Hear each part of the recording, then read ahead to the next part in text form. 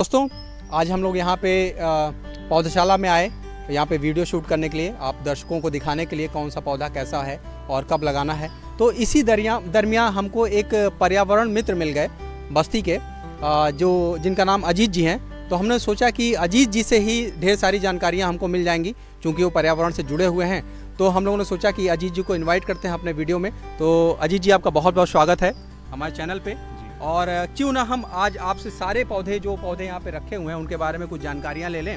और चूँकि हमको पता चला कि आप पर्यावरण से बहुत ही जुड़े हुए हैं, पर्यावरण के प्रति बहुत ही रुझान है आपका, तो क्या वजह रही है, क्यों इस तरफ आपका रुझान आ गया? चूँकि इसकी जो शुरुआत हुई थी ये 2009 में हुई थी। एक वृक्ष की छाँव की तलाश में हम सभी लोग थे जी। तो उस तलाश में जो है हमने इस कार्यक्रम को शुरू किया। और आज हम जिस तरीके से दशा अपनी इस यात्रा को बढ़ा रहे हैं जी, तो आज लगभग कम से कम शहर में हम 10,000 पौधे का रोपण वितरण सब मिला करके कर चुके हैं। और ये यात्रा तब तक रहेगी जब तक ये लगता है मुझे कि एक व्यक्ति को एक पौधे की ज़रूरत है जी। और अभी उसकी बहुत कमी हो रखी है जी। तो ये यात्रा मेरी जो है हमेशा चलती रहे। तो अभी हम लोग एक ऐसे पौधे के पास आए हुए हैं जिसका अपना औषधीय महत्व है। तो अजीत जी से हम जानेंगे कि इसका औषधीय महत्व क्या है। कशनार का पौधा है ये। इसकी पत्ती बिल्कुल इस तरीके से होती है, आप ऐसे देख सकते हैं। मान लीजिए कभी आपको बाहर से लेना भी तो आप इस तरीके से देख के लें। ये है, ये जो है अक्सर हम इसे लगाते हैं। इसमें फूल इसके जो आएंगे वो बड़े साइज़ के आते हैं, ब्लू कलर का इसका फूल होगा।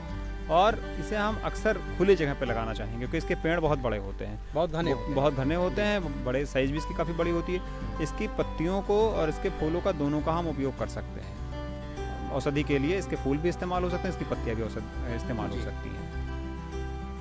अजीत जी के हाथ में एक पौधा देख पा रहे हैं, आइए हम जानते हैं कि ये पौधा किस चीज़ का है और इसका क्या महत्व है। ये पौधा है हरश्रृंगार का जी। ये जो है पौधा, ये हम इसे गमले में भी लगा सकते हैं अगर बड़ा गमला है, और वैसे भी लगा सकते हैं। लेकिन इसको अगर खुली जगह पे लगाया जाए तो ये काफ़ी बड़ा होता है। इसकी पत्तियों का इस्तेमाल हम गठिया रोग में बहुत ही अच्छी तरीके से कर सकते हैं। गठिया के लिए ये रामबाण इलाज है। इसकी 10 पत्तियों को निकाल करके हम पानी में खौला लेंगे और उसमें कुछ 1 चम्मच मेथी का बीज डाल देंगे और जो है अलसी का बीज डाल देते हैं 10 से 15 ग्राम।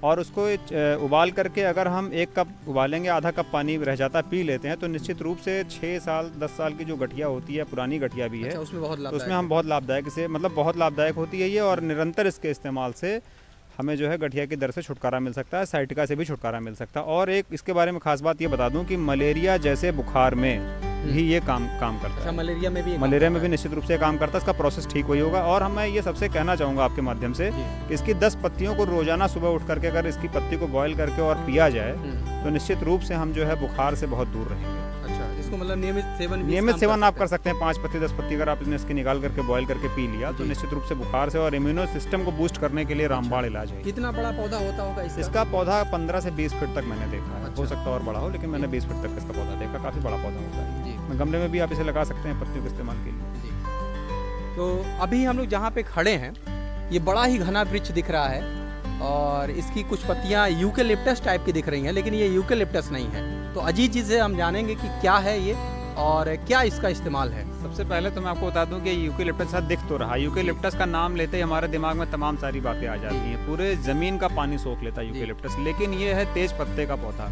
इसके बारे में सब लोग भली भांति जानते हैं और इससे परिचित भी हैं। इसे अपने हम खाने में जायका बढ़ाने के लिए उसका इस्तेमाल कर सकते हैं, बिल्कुल निश्चित रूप से लेते हैं। लेकिन बस्ती में जो ये पौधा लगा हुआ, 2 पौधा हमारे उद्यान केंद्र में, ये यहाँ की जलवायु की वजह से इसमें महक नहीं है। अच्छा, इसका तरीका महक नहीं। इसका तरीका क्या है कि इसको जैसे ये मान लीजिए इसकी पत्तियाँ हमने तोड़ लिया, उसको सुखवा के रख लिया, उसके बाद हम इसे जो है दाल सब्जियों में अपने स्वादानुसार डाल करके खा सकते हैं, इस्तेमाल कर सकते हैं। इसे हम खुली जगह पे लगा सकते हैं। ये इंडोर और गमले में कतई भी नहीं लगेगा। विशेष हमें इसका ध्यान रखना है। ये पेड़ होता है, इसके लिए ज़मीन होनी चाहिए और ये पूरा पेड़ है।